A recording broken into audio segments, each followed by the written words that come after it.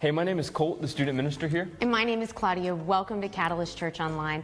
Thank you so much for choosing to worship with us this weekend. If this is your first time joining us, we are so glad that you're here, and we would love to get to know you better. So please text first time to 910-939-8313 or go to catalystchurch.com/mynextstep, and we will follow up with you very soon.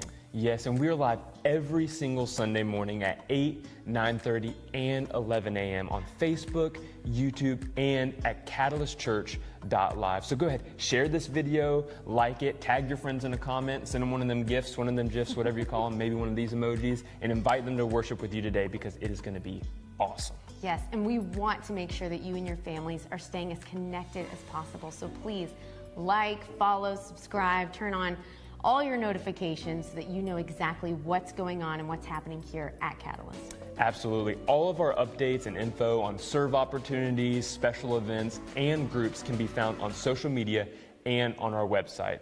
One in particular that we kind of wanted to bring up right now was our growth track. That is right. Growth Track is kicking back off in August. Now is the time to sign up. Just go online for more information and to sign up as well.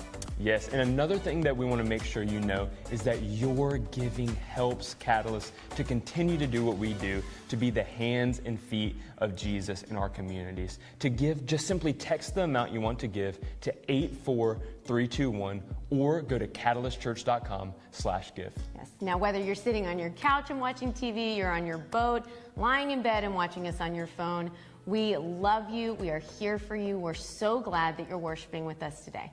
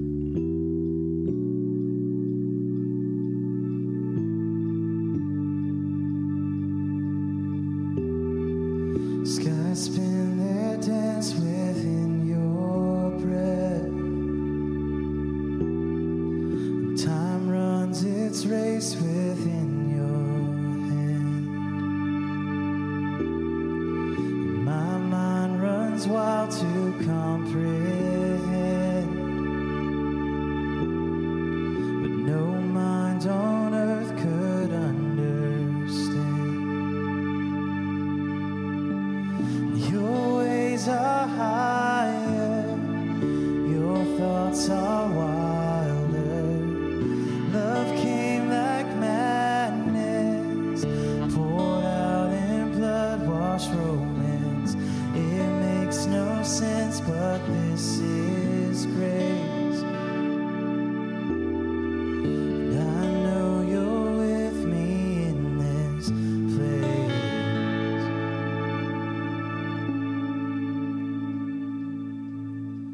And here now, all I know is I know that you are here now. Still my heart, let your voice be all I hear now. Spirit, breathe like the wind, come have your way. 'Cause I know you're in this place.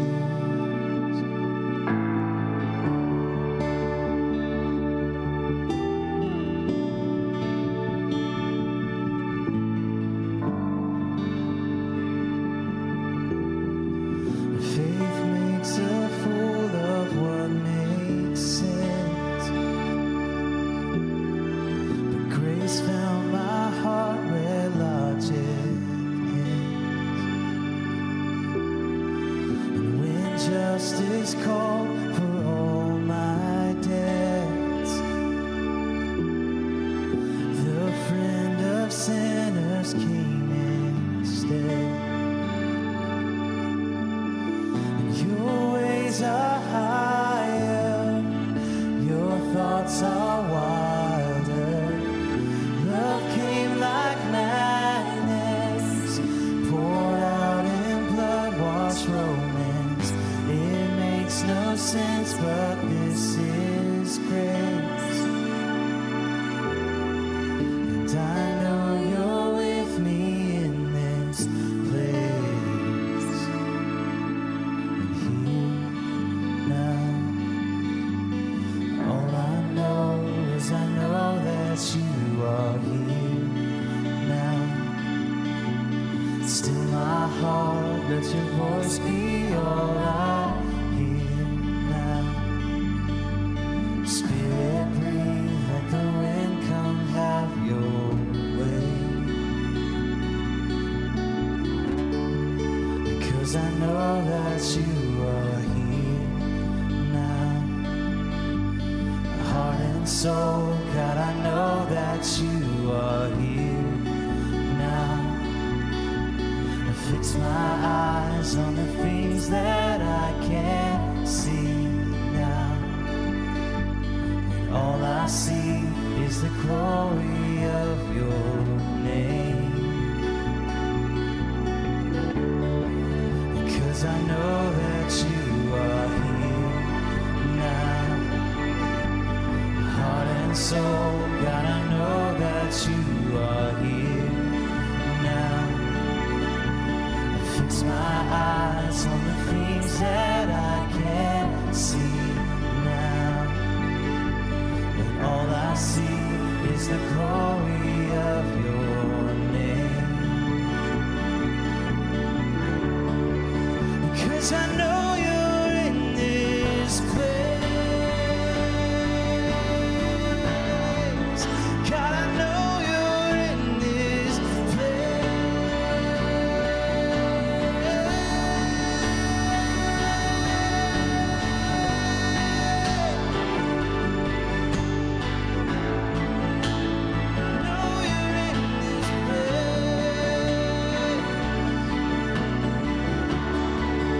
Cause I know that you are here now.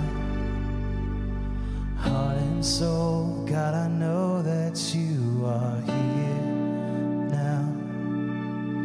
And fix my eyes on the things that I can't see now. And all I see is the glory of your name. 'Cause I know you're in this place.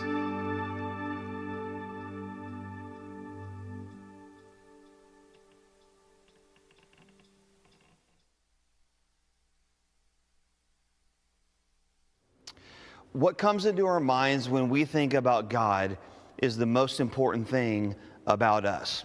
Those are the words of A.W. Tozer, and it's that one statement that has been kind of motivating our conversations throughout this series that we're calling Summer at Catalyst Church. It's great to have you this weekend. Thank you for joining us another week of Catalyst Church online. I want you to think about that. How you view God determines how you live your life.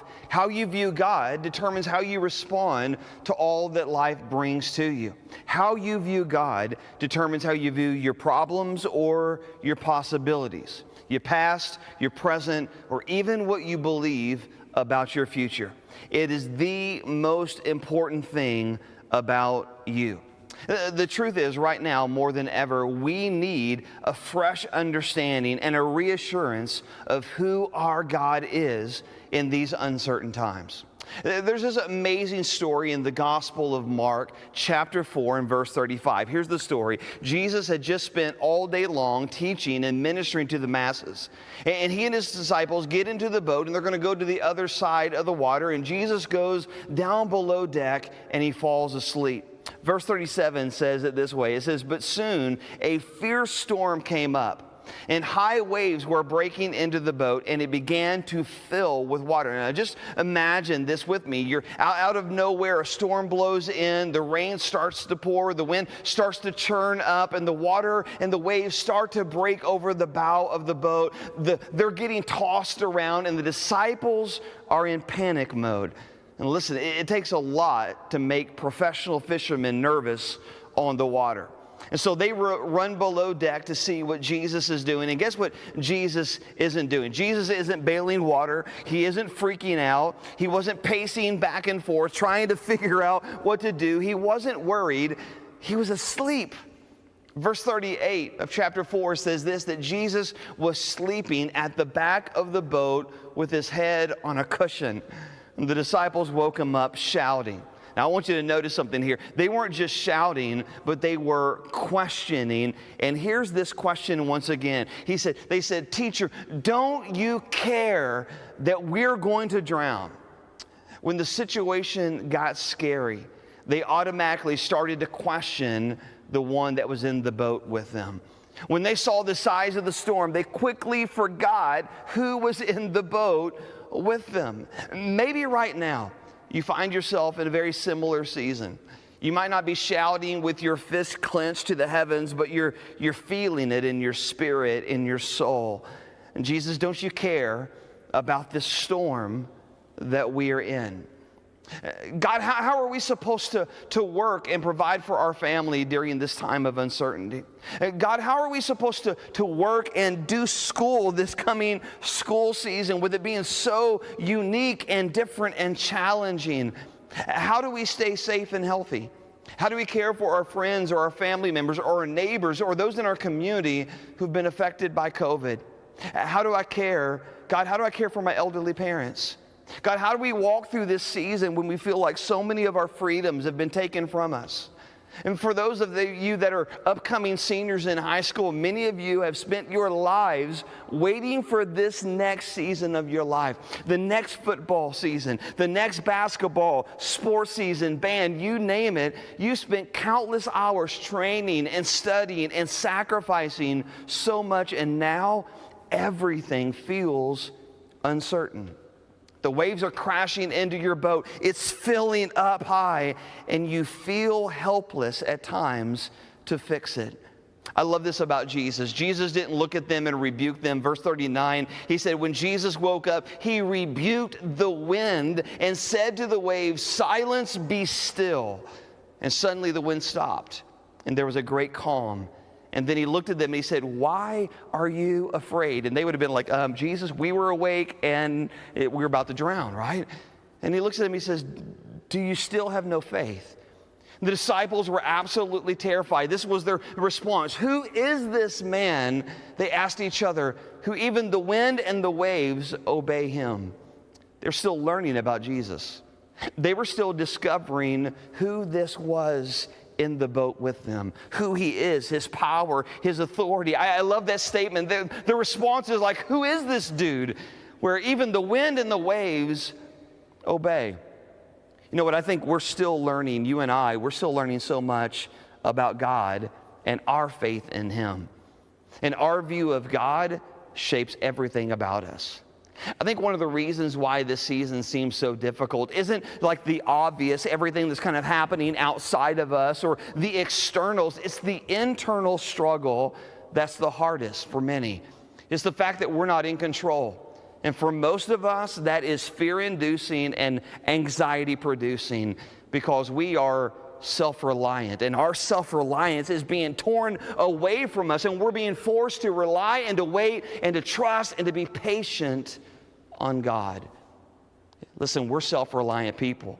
If we have a challenge, we overcome it. If we have an obstacle, we adapt and overcome. If we face a crisis, we work through it. Listen, Catalyst people, you live on the East Coast. Most of you, many of you, some of you have moved away, but those on the East Coast, you understand hurricane season.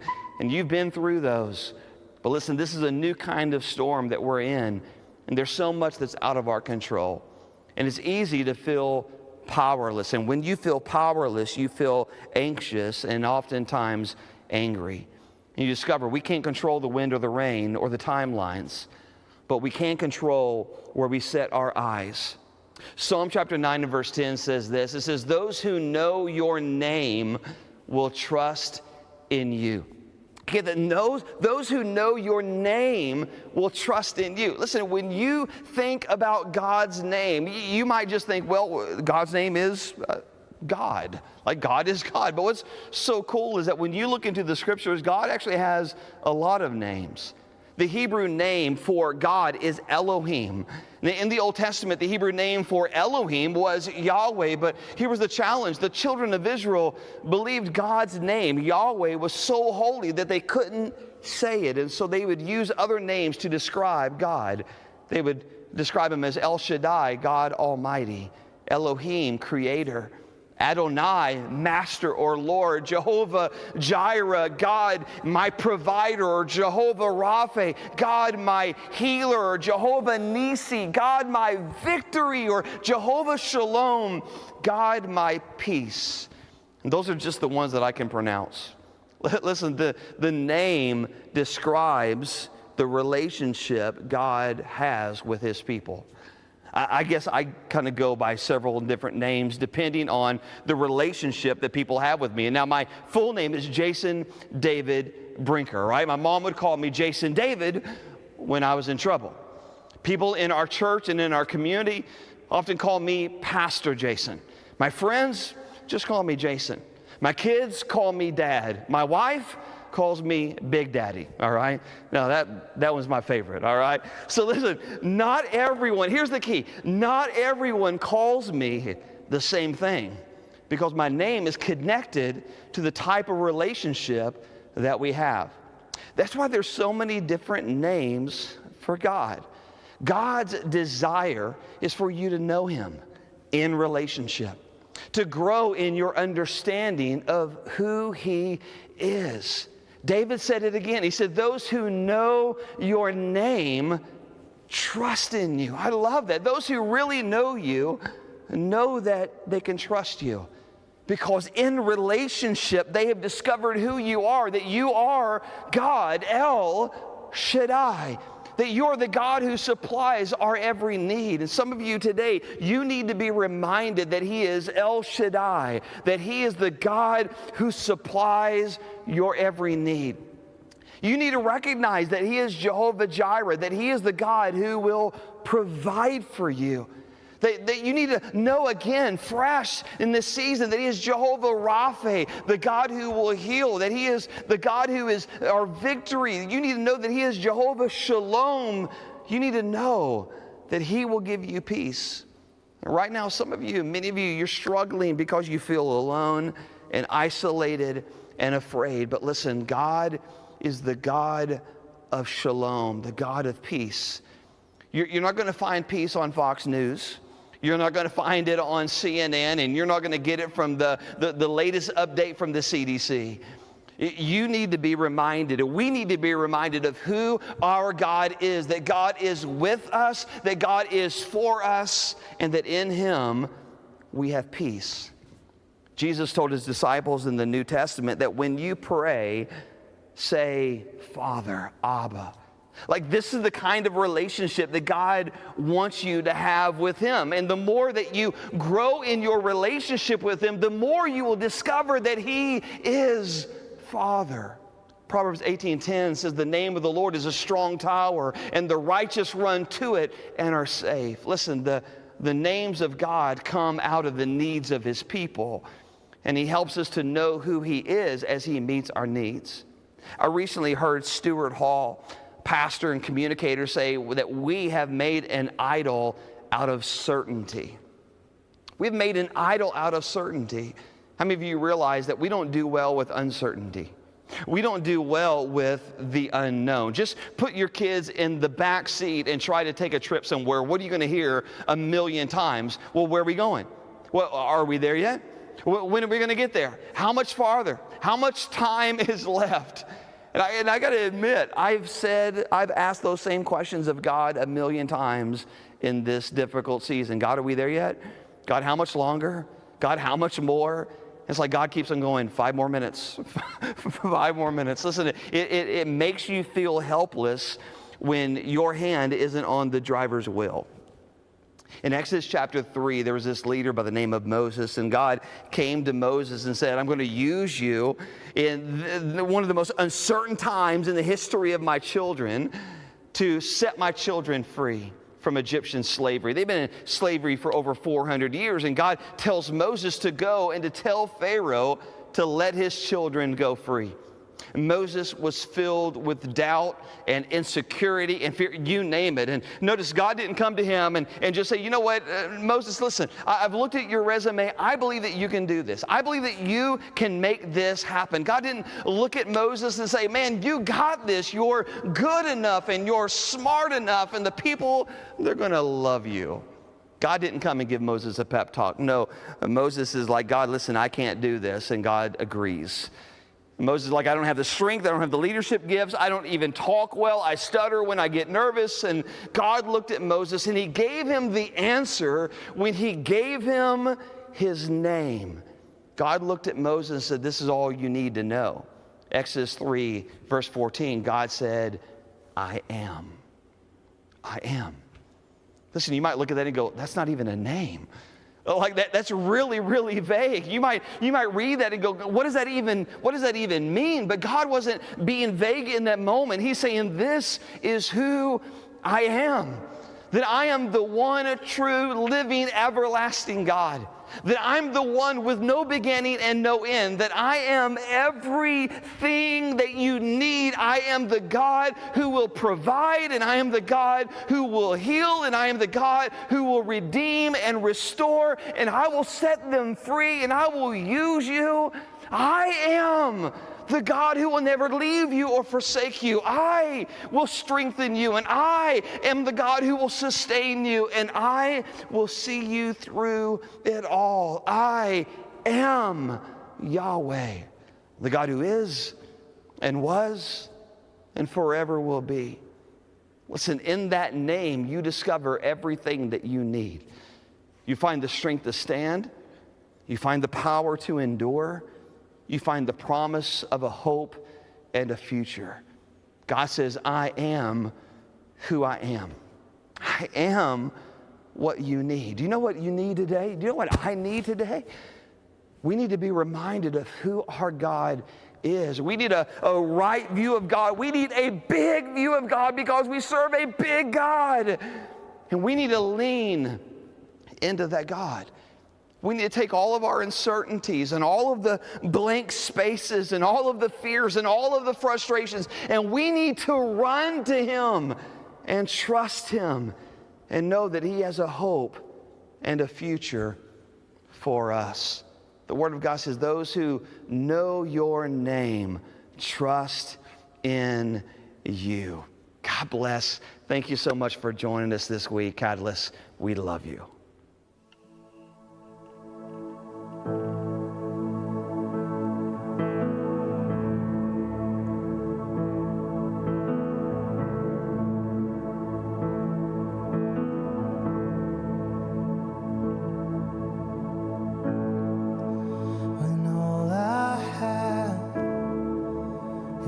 just a whisper.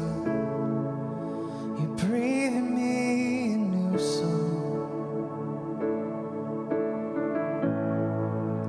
You take me back, and I'll remember the joy of my first love. And praise will be my song. How can I contain? I cannot contain this love. And praise will be my song. How can I contain it? I cannot contain this love.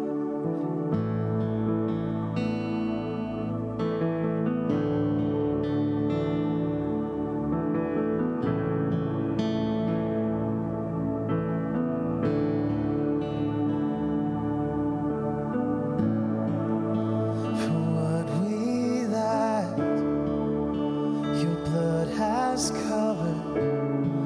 What we get is what you paid for. 'Cause through your death, our lives reborn, the joy of our salvation. And praise will be my song. How can I contain it? I cannot contain this love. And praise will be my song. How can I contain it? I cannot contain this love. Oh, praise will be my song. How can I contain it? I cannot contain this love.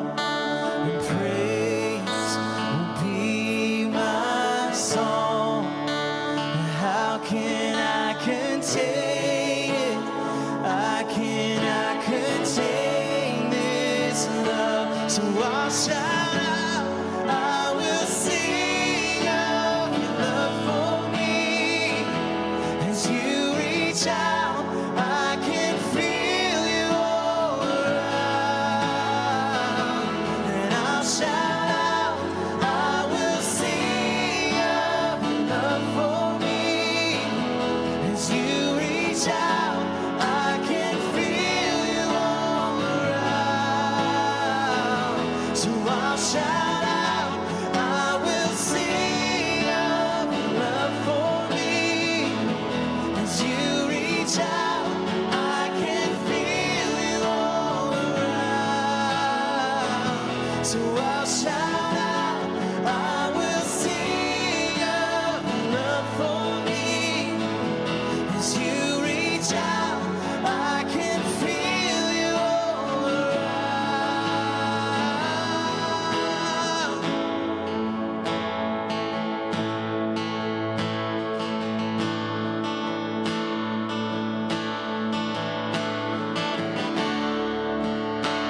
Oh, we lift up our praise.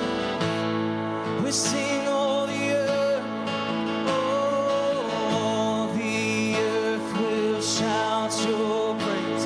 Our hearts will cry. These bones will say, great are you, Lord.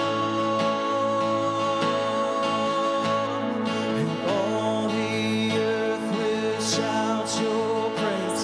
Our hearts will cry. These bones will say, great are you, Lord. Sing all the earth will shout your praise. Our hearts will cry. These bones will say, great are you, Lord.